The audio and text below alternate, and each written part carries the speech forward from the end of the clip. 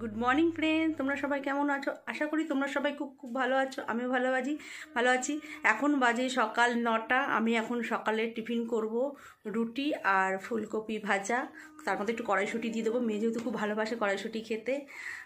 তা চলো তাহলে আজকের ব্লগটা এখান থেকেই শুরু করলাম। সকাল 9টা থেকে কি রান্না করব না করব সবই তোমাদের সঙ্গে শেয়ার করব। চলো টাটা। আমাদের টিফিন ফুলকপি কড়াইশুঁটি ভাজা আর রুটি।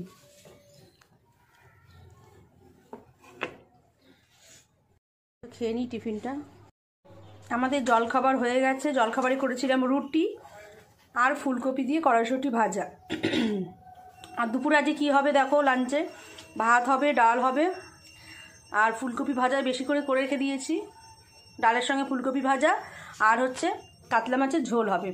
মাছের ঝোলটা কেমনভাবে করব আপনারা দেখবেন আজকে কীভাবে করি না করি।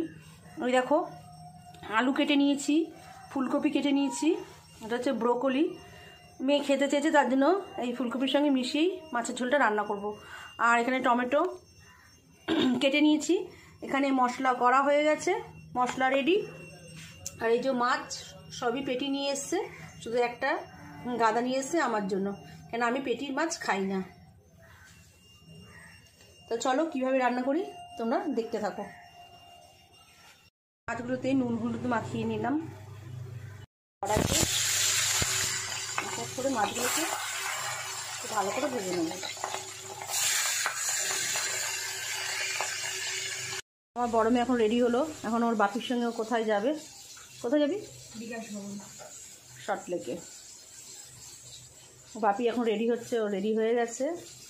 মাছটা ডুবো তেলে ভালো করে লাল করে ভেজে নিলাম। এবার এটাকে উঠিয়ে রাখবো।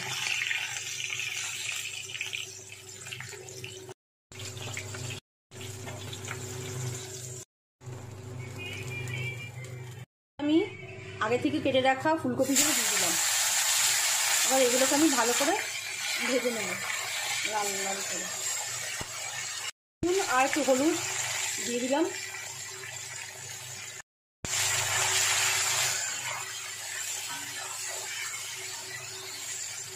ভালো করে লাল লাল করে ভেজে নেব। তারপরে বকুলিগুলো ভাজবো। ফুলকপিগুলো এবার ভেজে ভেজে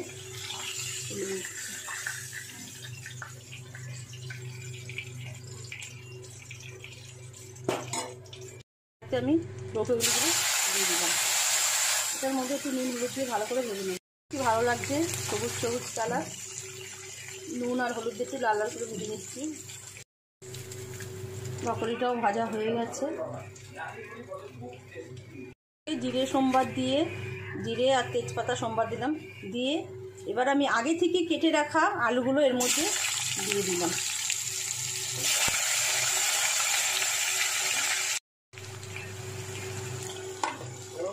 আলুটা ভাজতে ভাজতে আমি আগে থেকে কেটে রাখা টমেটোগুলো এর মধ্যে দিয়ে দিলাম। ভাজা হয়েছে, আমি এর মধ্যে এবার মশলাগুলো দিয়ে দিলাম। এর মধ্যে আদা, জিরে, লাল লঙ্কা আর হচ্ছে নুন হলুদ আর একটু ধনে দিয়ে দিলাম। সব মশলার মধ্যে দিয়ে দিয়েছি। আদা, জিরে, ধনে, নুন, হলুদ আর লাল লঙ্কা, কাঁচা লঙ্কাই আর কি লাল লাল রঙের নিয়েছি।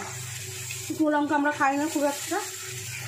এবার এটাকে ভালো করে কষাবো। তেল ছেড়ে আসলে, কষানোর পর যদি তেল ছেড়ে আসে তখন আমরা এই ভেজে রাখা মাছ, ফুলকপি, বকুলিগুলো দিয়ে দেবো এর মধ্যে। এই দেখো এর মধ্যে আমি ফুলকপিগুলোও দিয়ে দিয়েছি,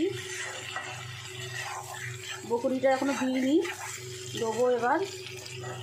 এটা ভালো করে কষিয়ে নিয়েছি, এর মধ্যে তেলও ছেড়ে দিয়েছে। তাহলে এবার এর মধ্যে জল দিয়ে দেবো। চলো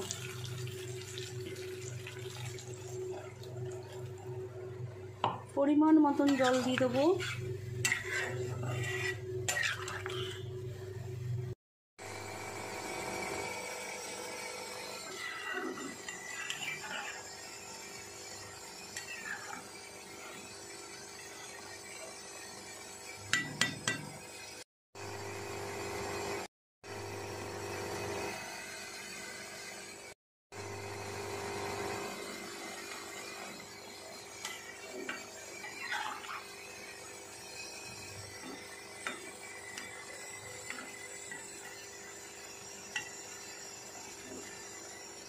আমার মাছের ঝোল পুরো কমপ্লিট, ফুটে গেছে। বসিয়ে দিয়েছি, ভাতের জল এখনো ফোটেনি। দেখো আমার মাছের ঝোল পুরো কমপ্লিট। একটু ধনেপাতা থাকলে ভালো হতো, ধনেপাতা শেষ হয়ে গেছে, তার জন্য দিতে পারলাম না। খাবে মাম্মামের ভাত নিয়ে এসেছি আমি। এর মধ্যে মাছ নিয়েছি, 2 পিস আলু নিয়েছি, একটা ব্রোকলি নিয়েছি। চলো আমার মাম্মামকে আমি খাইয়ে নিই তাহলে। Good evening friends. এই দেখো আমার মেয়ে একটু বাইরে গেছিলো, ওখান থেকে কিছু খাবার নিয়ে এসছে। দেখো আমার জন্য সিঙ্গারা নিয়ে এসছে, চুরমুন নিয়ে এসছে, আর দই ফুচকা নিয়ে এসছে। দেখো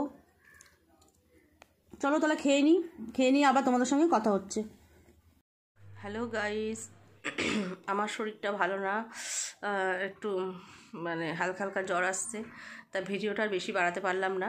ভিডিওটা আমি এখানেই শেষ করে দিচ্ছি। আর ভিডিওটা যদি ভালো লেগে থাকে লাইক কমেন্ট শেয়ার একটা অবশ্যই করে দেবেন, আর সাবস্ক্রাইব করতে কিন্তু ভুলবেন না। আর আজকে কি করলাম না করলাম সবই তোমাদের সঙ্গে শেয়ার করলাম। তা চলো আজকের মতন এখানেই আমি ভিডিওটা শেষ করে দিলাম। টাটা।